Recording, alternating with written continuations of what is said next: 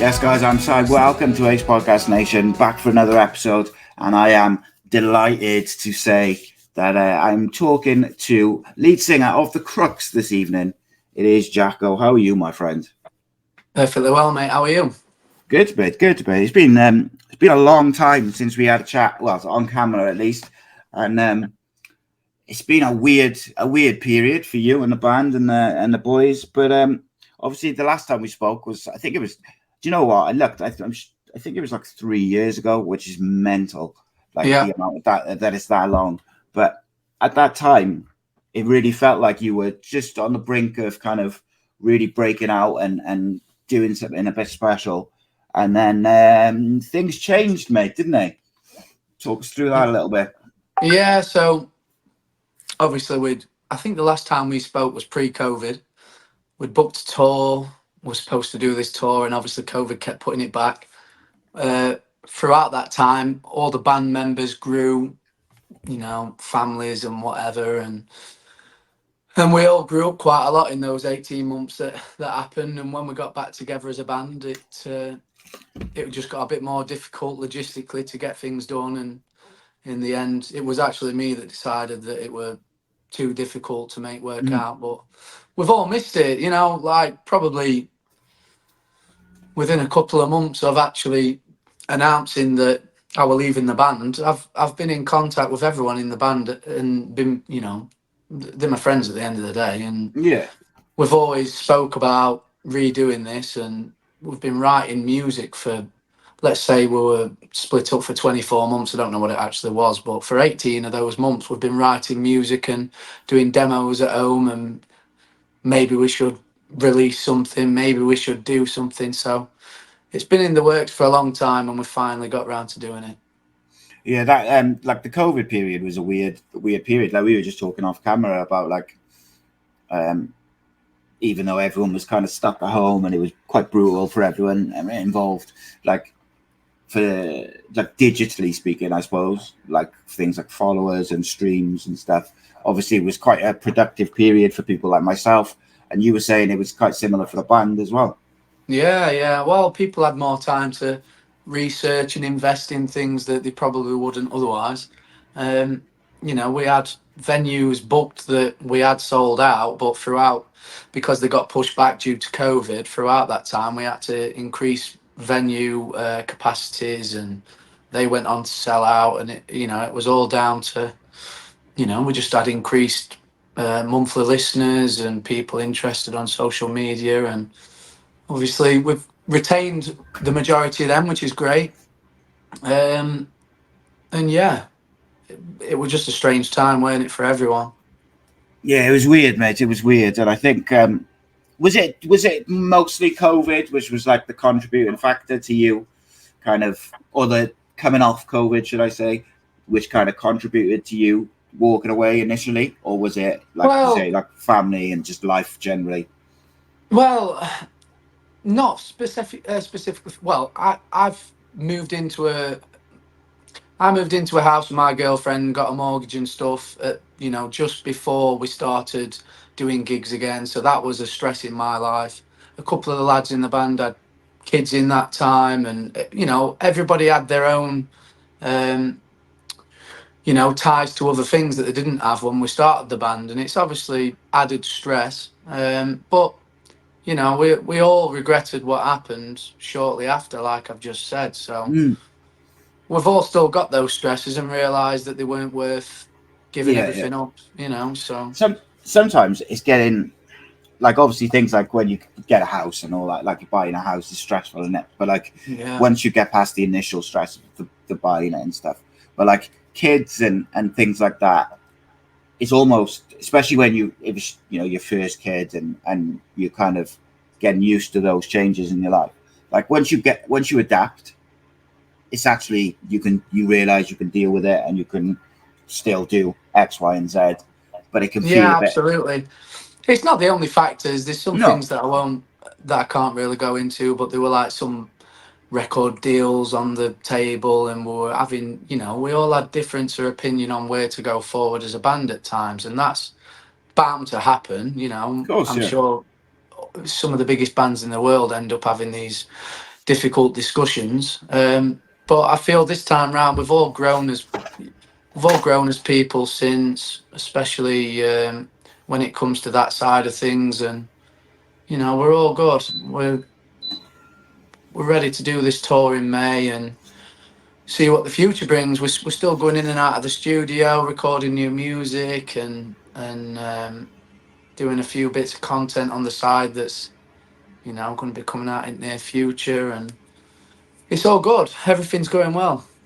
So when you made that decision that you were going to go like back to it, everyone was on board, I would assume, because everyone's back in and doing it. And that Yeah. was it a case of like you wanted to sort of put that music which you had been writing behind the scenes and putting together, putting that stuff out straight away, or was it you wanted to just get back together and then sort of do it bit by bit?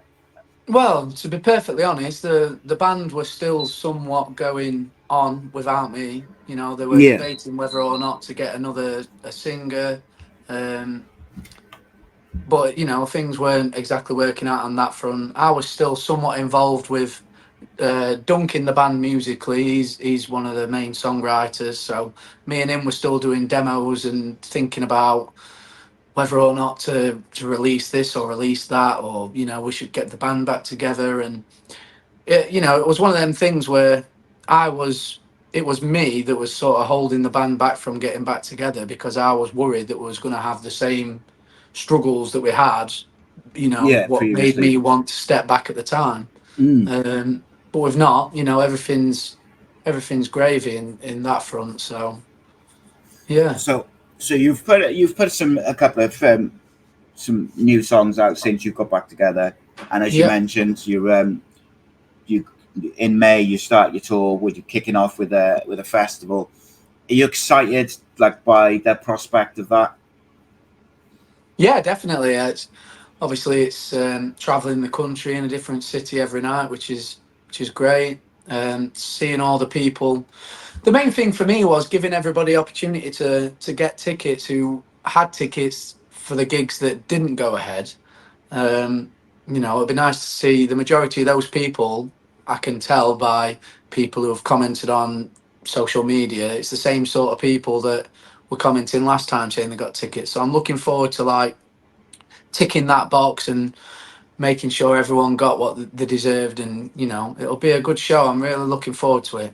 I've been going to some gigs recently, and being fans of other bands and whatnot, and it's just making me eager to get on stage and do it from the other perspective. Yeah, that's it, mate. What which bands do you like at the moment, or which you've seen recently? And I went to Liverpool a couple of weeks ago to see Rosellas, if you've heard of them. They're a Manchester band. I went to see DMAs just before Christmas in Manchester. Um, Went to Nottingham to see a band called the Utopiates. That was in about September time. Some bands who, through the same promotions company as us, this feeling, they sort of. I basically say, right, I fancy a night out in this city. Who's playing that weekend? And they say, what do you yeah, reckon to these? And I basically go and see them. Well, it's just nice. good to be in like local music scene. Yeah, 100%, mate. We had, or I had Honey Motel on, who were from Liverpool as well, and Yeah, yeah, they were great lads. Like, and they were. I quite enjoy some of their stuff as well. Um, yeah, and like there's, I think it's a weird thing with the UK music scene with like bands coming up, because in many aspects of like social media and TikToks and things like this, it seems like particularly in like the hip hop and grime scene, like people can come from nowhere and they can go viral and they can kind of get quite a bit of a following through that side of things. But you don't see it as much with bands. Like if it, like you could correct me if I'm wrong by all means, but like to me it feels like um, bands very much have the same sort of struggles early on as they did back in the 90s or the early 2000s, where you're going around and you're gigging and you're doing this and that and you're trying to get a follow, build your following and get your name out there and things like that. Do you agree with that? That it's maybe a bit more difficult for bands than it is for other genres of music? I agree with that statement. I think it's definitely easier for bands now than what it was in the 90s Mm. or even earlier, because we can, get on social media and what for us, we've sold out our tour in London. We've sold out that gig in London already. Now, for us to do that in the 80s and 90s, we would have had to go down to London, put posters everywhere, put adverts in local newspapers, and get on the radio and all that sort of stuff. Whereas now, a social media post Social has done media, that. yeah. So it's definitely easier now than it was. Although a solo artist, I think it's a lot easier for you to get home from your normal day job and go and sit in your study or living room or whatever and post some videos that might go viral. Now, Yeah. for a band, we have to get a rehearsal space. We have to get 5 people all in the same room at once, and there's a lot more to it than that. Not just the genre of music. Yeah, Logistically, yeah. I think it's more difficult.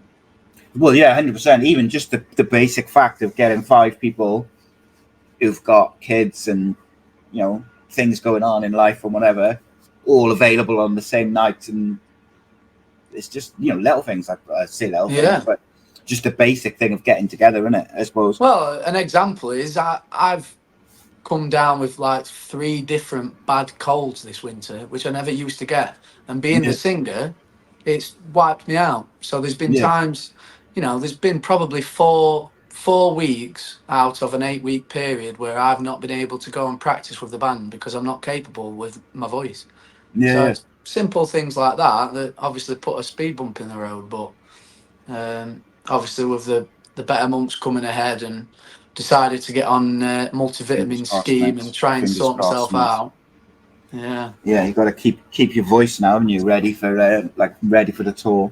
Got to Yeah, I reckon protect it if at I all decide to costs. have any problems the week before, I'll be getting a steroid shot in the neck or Yeah, that's it, something. innit? I'm not missing this tour. And luckily for you, your football team, Chesterfield, have already been promoted, which means hopefully there won't be too much shouting at the football because the pressure will be No. off because they're already up, and you can relax, can you? It'll be stress free. So Yeah, absolutely. I've just protect the got voice. tickets for York on Friday, Good Friday, York away. The result doesn't Nice. matter. It's just an excuse for a piss up, isn't it? Yeah, day out that is, mate. Nice. Yeah. Up to York, few beers.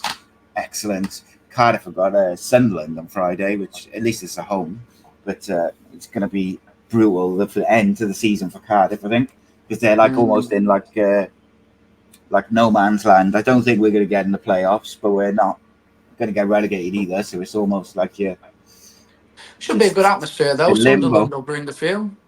Yeah, yeah, it will be a good one. It will be a good one. Yeah, Sunderland, even though it's a long trip, they'll bring a good, I would have thought, a couple thousand down to Wales, and Yeah, definitely. good crack, mate. Need it after yesterday. Like, obviously, as we record this, the day after Wales lost on penalties, it's not a very nice atmosphere in Wales at the moment. Everyone's a bit down and a bit sad, but there we go. It is what it is, mate. It's football, like at the end of the day, isn't it? Yeah. I am really interested though, mate, because in the the right inside of it, because it sees from what you've said there, and from speaking to you previously, like it does seem like you stepped away, but you still carried on doing the writing and the music and stuff. So have you got quite a few tunes which are kind of in the back pocket, ready to go, or not? Maybe not ready to go, but ready to be developed and Well, go in the future.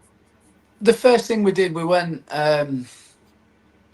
before Christmas. We went into the studio and recorded 3 songs.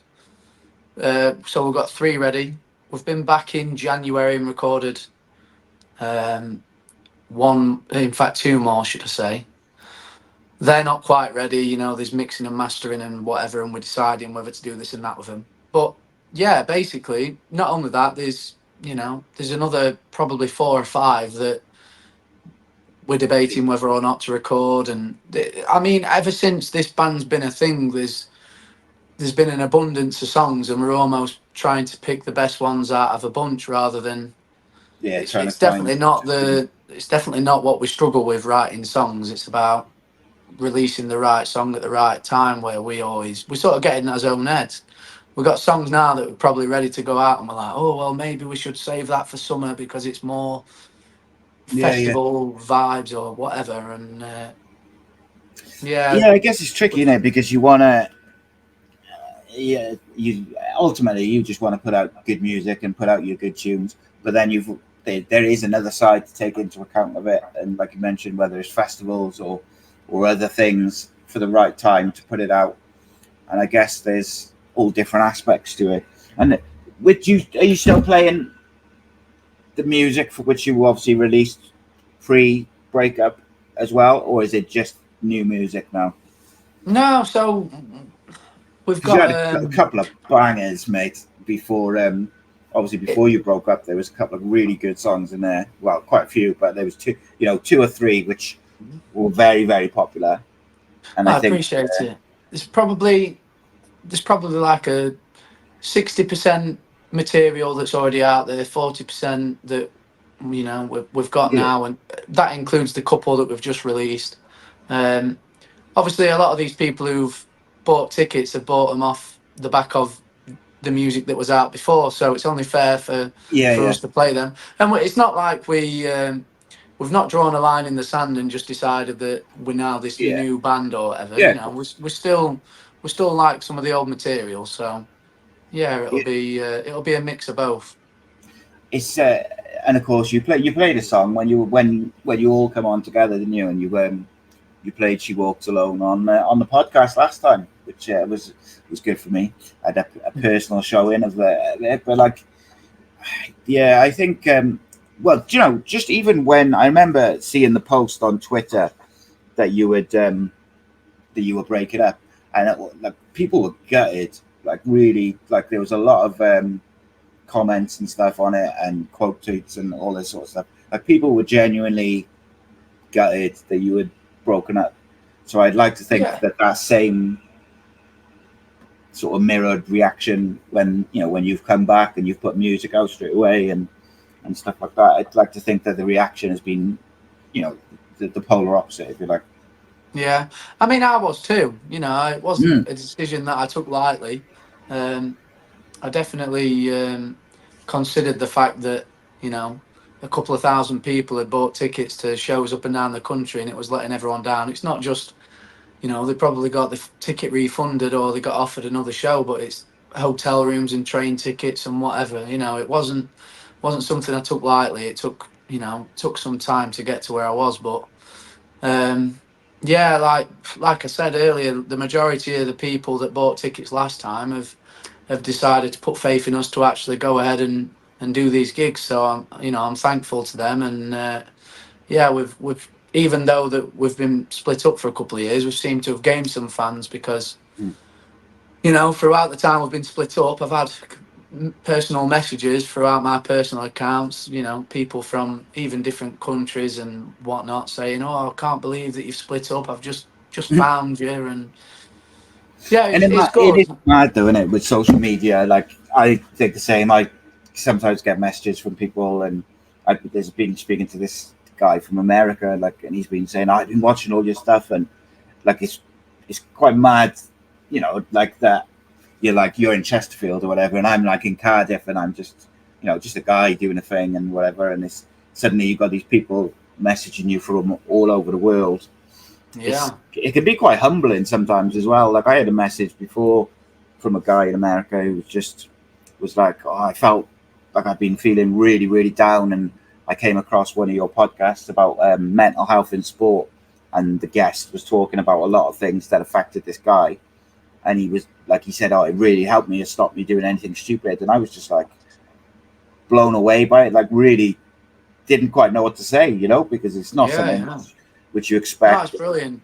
But I mean, some of the responses. I mean, there was somebody from Germany that came to our first ever headline show.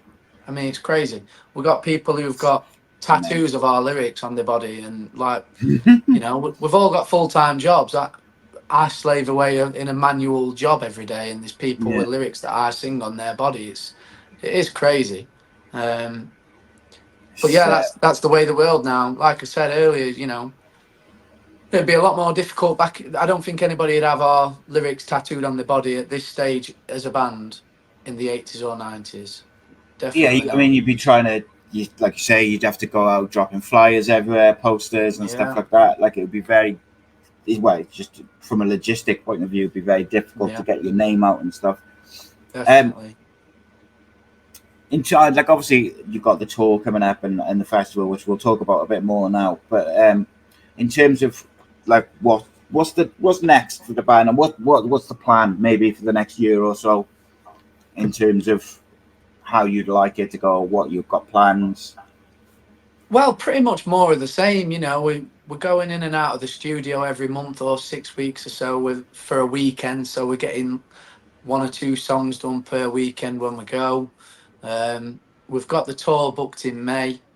We're, hopefully getting some festivals throughout the summer. Nothing's been announced apart from the one in May. In fact, by the sea with this feeling in September, I think it has been announced. But there's some more festivals throughout the summer we're hoping to get on, and then nothing's even booked our end, but maybe another tour in autumn leading up to Christmas.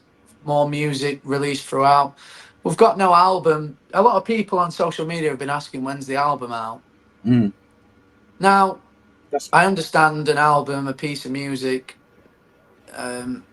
It's amazing. I aspire to get there one day, but we're probably going to release 6 or 7 songs throughout the year, which is halfway to an album. But they're all recorded at different times in different environments, and to put them all together on one piece of music is not the right way. We'd have to book a couple of weeks in a studio and record a proper album.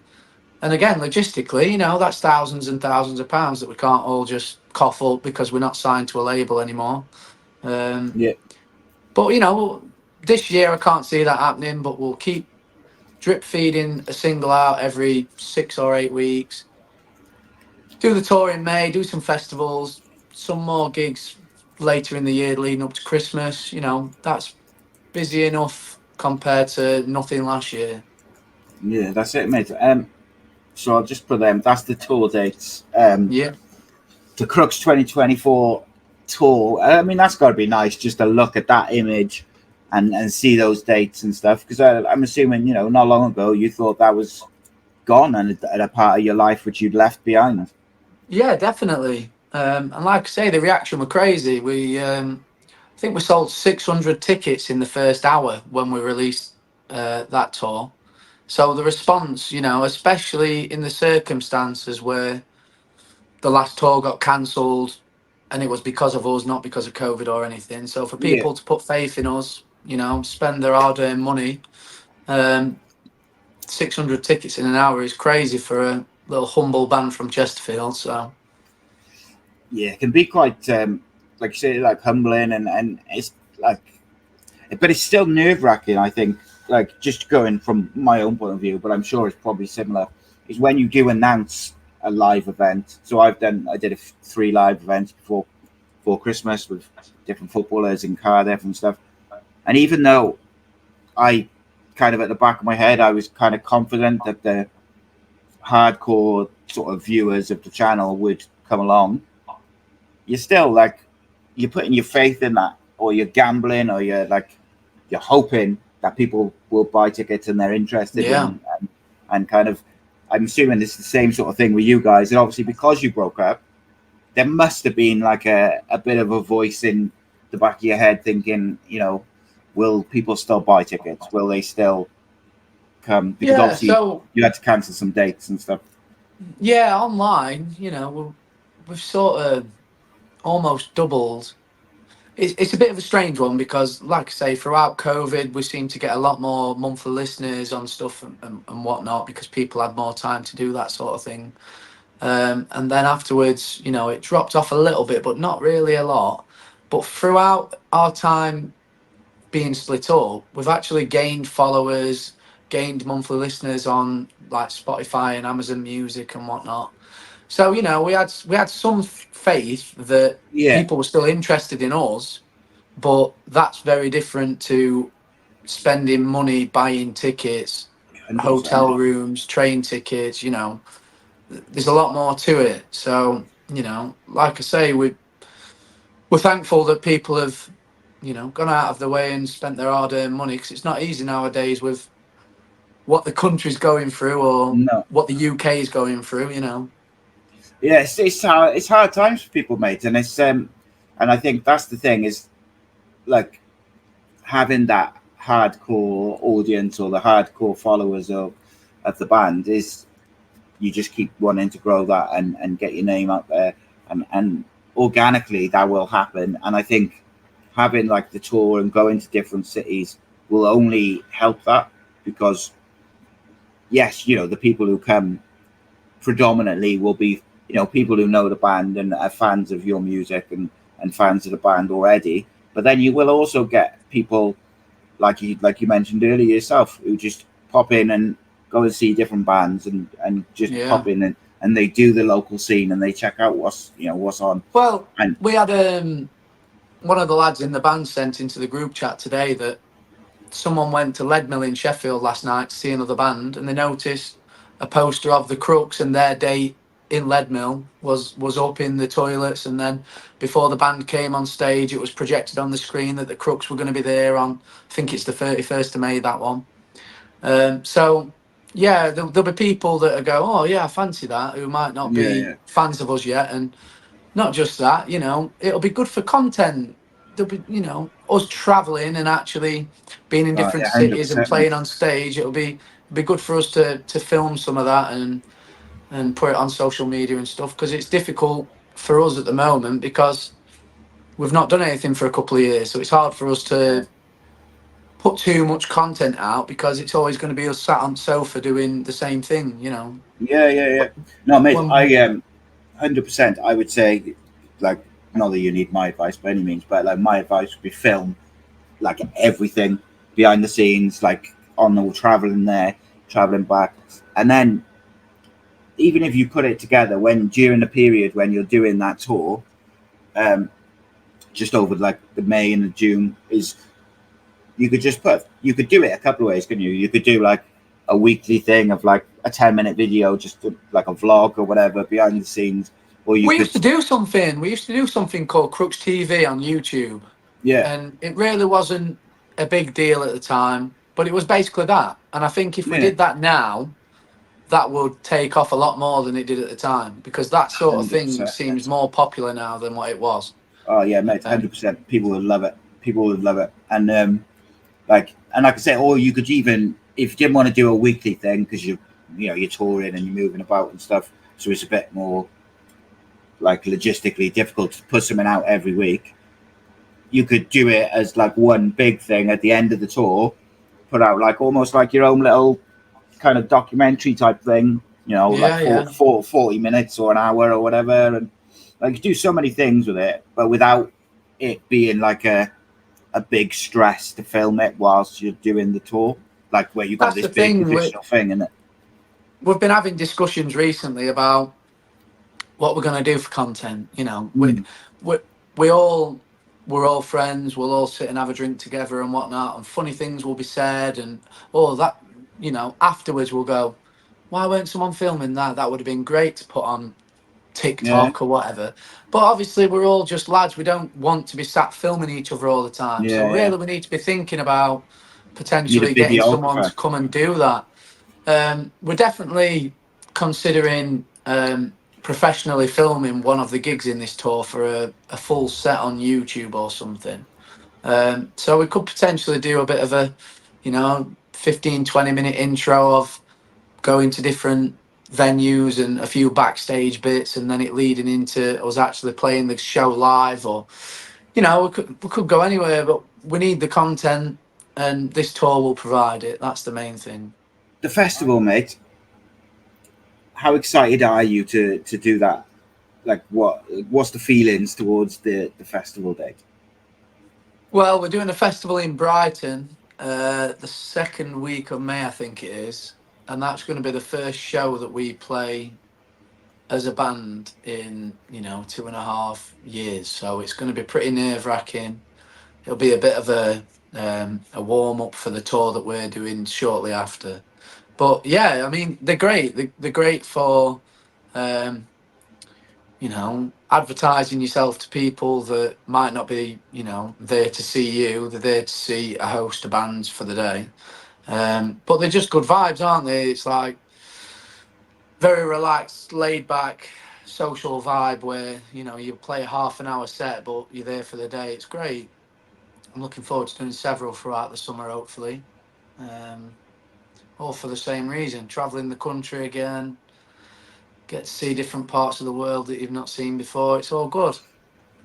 Come to Wales for God's sake. But yeah, no, like I guess you mentioned there, like that first one will be a bit nerve wracking. Do you think? Oh, I always feel like there's more pressure on you as the front man, as opposed to the guitarist and the drummer and stuff. Not that you know, I'm sure they'll all be nervous to certain degrees, but there is more pressure on the lead singer, surely. Yeah, definitely. I mean, not only do I have to know which note to hit, I have to know which lyric to sing, but then between songs, I've got to talk to the crowd and I've got to be a stand up comedian basically throughout, you know, in between each song, I've got to flow and, you know, there's more to it, but I think I find it a lot more.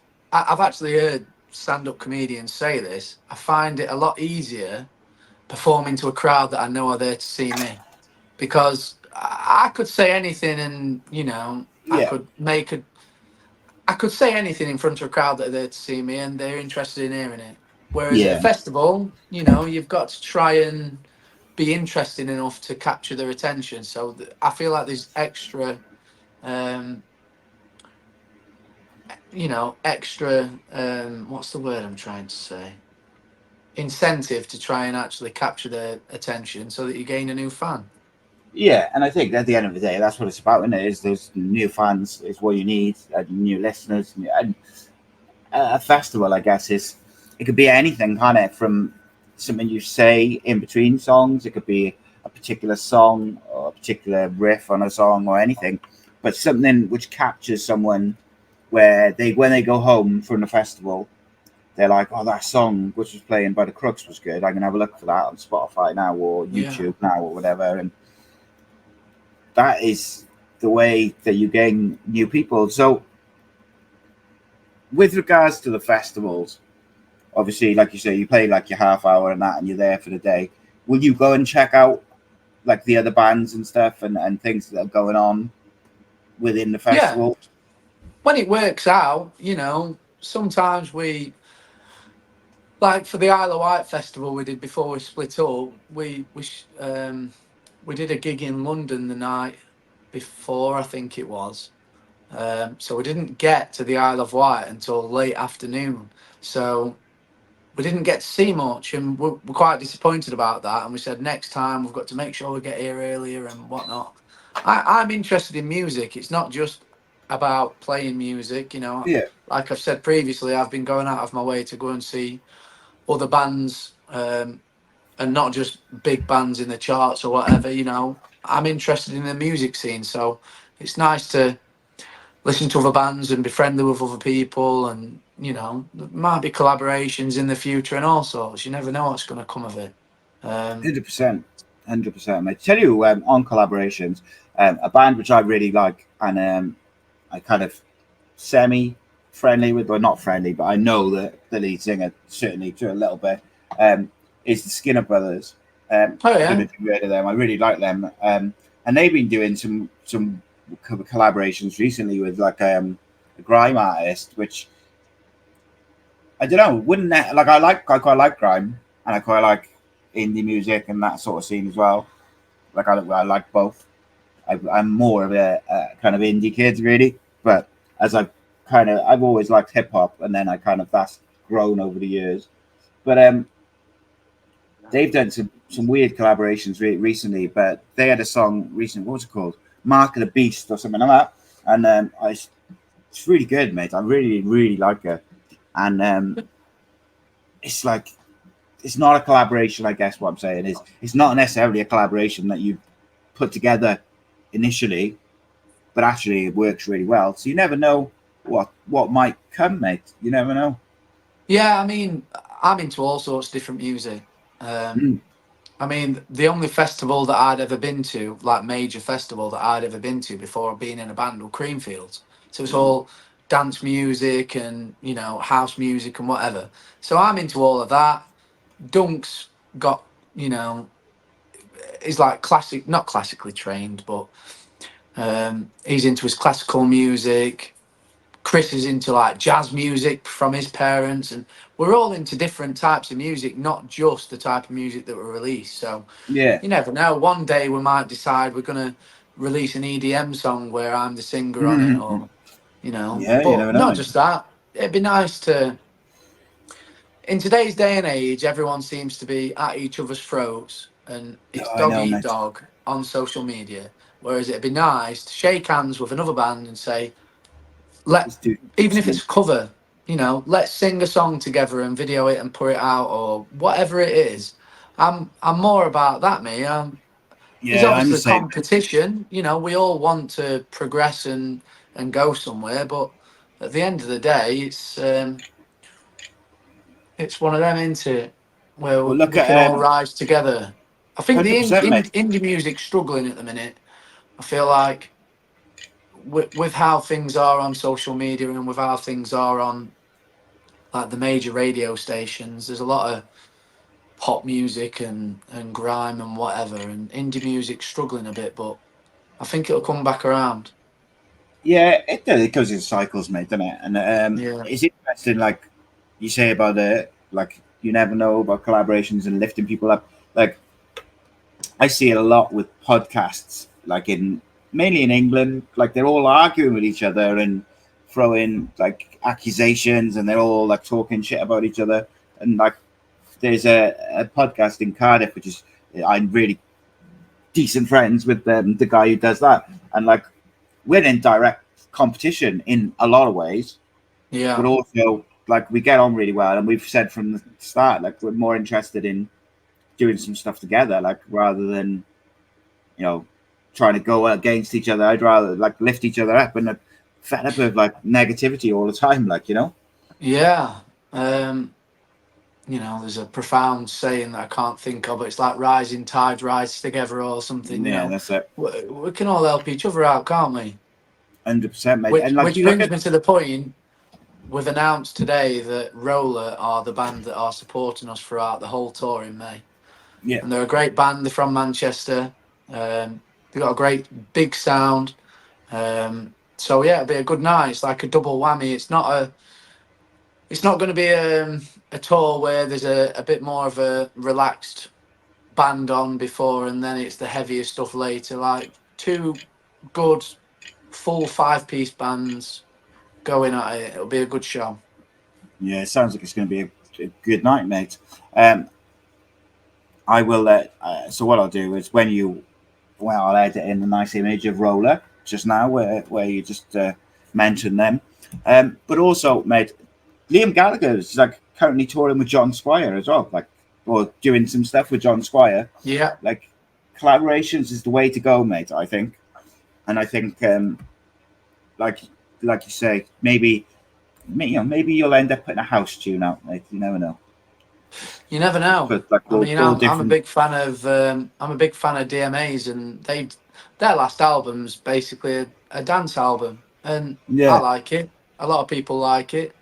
Um, there's nothing wrong with being creative and doing something different, is there? No, I think sometimes people get it like you get like the traditional fans, if you like, get a bit funny, don't they? If bands get a bit too experimental, but I just think like you've got to go where your sort of creative mind takes you and what you Yeah. enjoy making, and also what you think is good as well. And if that sometimes that might mean that it's not what you traditionally have done, but there's room I for think growth. we'll always go back to what we've done. Mm, We are all together interested in guitar music, whether that's yeah, indie music or rock music or Britpop. You know, guitar music is what we're interested in. But you know, there'll be times where, well, all our songs are quite different.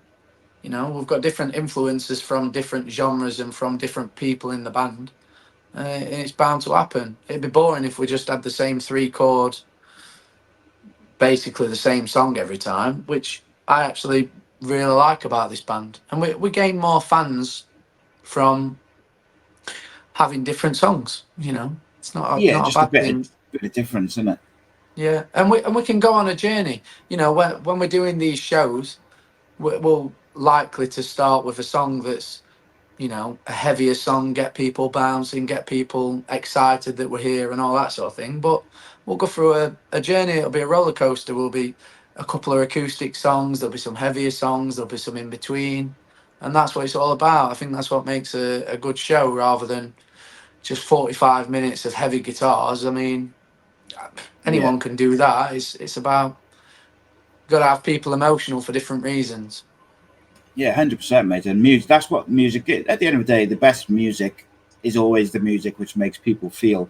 And I think that's regardless of whether it's heavy guitars or it's a slower song or it's an acoustic song or whatever it may be. They're the songs which hit people the most, is the Yeah. songs which make people feel. And if we can make people, throughout an hour when we're playing live, if we can make people happy and excited that we're out because we're doing a heavier song, and then reminisce about things about a slower song, and then go back up to, oh, this is vibey and you feel a kind of way about this song. That's what it's all about, rather than Yeah, just it being non-stop, all the same. binary. Yeah. Yes. You mentioned content creation, mate, or like content for the band and stuff like that. Do you think we'll see any music videos anytime soon? Yeah, we've been discussing it recently. Again, logistically, it's not that simple, but we were debating it for the song we've just released, Okay. and it became a bit more difficult. And we're trying to get as much music out as possible before we do this tour in May. So it made sense to just put it out as it was. Yeah, But of course. yeah, definitely, it's not like we are against doing that, especially in this day and age. Online, it's the more content the better. So Mm, it's definitely something we're considering. It's just as and when, basically, we'll get around to it. sweet. Well, mate, if there's as I say, if there's anything which I can do or help or whatever, anything you need, you know where I am. You got my number, etc., etc. Tell people where they can find you on social media and all those good things. So it's at the Crooks UK on all social media platforms. Nice and simple. See, not like me where you've got a different one for each bloody social media. Same one on everything. That's it. I'll put all the tour dates and a link for people to get tickets in the description below. Make sure you give the Crooks a follow. Check out their stuff. They've got many good songs already out in the ether for you to check out, and I'm sure there'll be many more coming. And I'm sure there's some exciting things in the pipeline as well, mate. But thank you for joining me, mate. I really appreciate it. Good chat, as always. No, it's my pleasure. Top man. Chesterfield going up, eh? Wow, man. Oh, Would you yeah. believe it? Would you It's believe been it? time. It's been long enough. So what league will he be in now? League Two. We've just come back from the National League back into professional football. Here we go. You'll be catching Cardiff now. And then we'll have to have a piss up twice a year then. Yeah, we'll meet in League One next year. Yeah, that's very possible, mate. Don't even joke about it. It's very possible. Listen, I've been to Ninian Park. I've done it. Ah, what a beautiful place. You'll make me cry if we start talking about Ninian Park. God rest their soul. No, Jacko, it's been a pleasure, mate, as always. And we'll be chatting away anyway. But I'm sure we'll get you back on again at some point very soon. Cheers, mate. Cheers, pal. Appreciate it.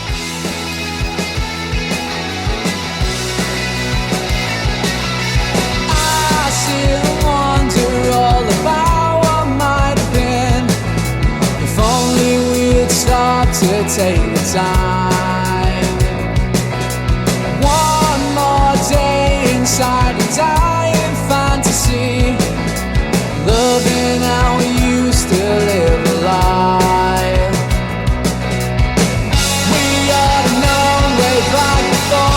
Inside you're tempted towards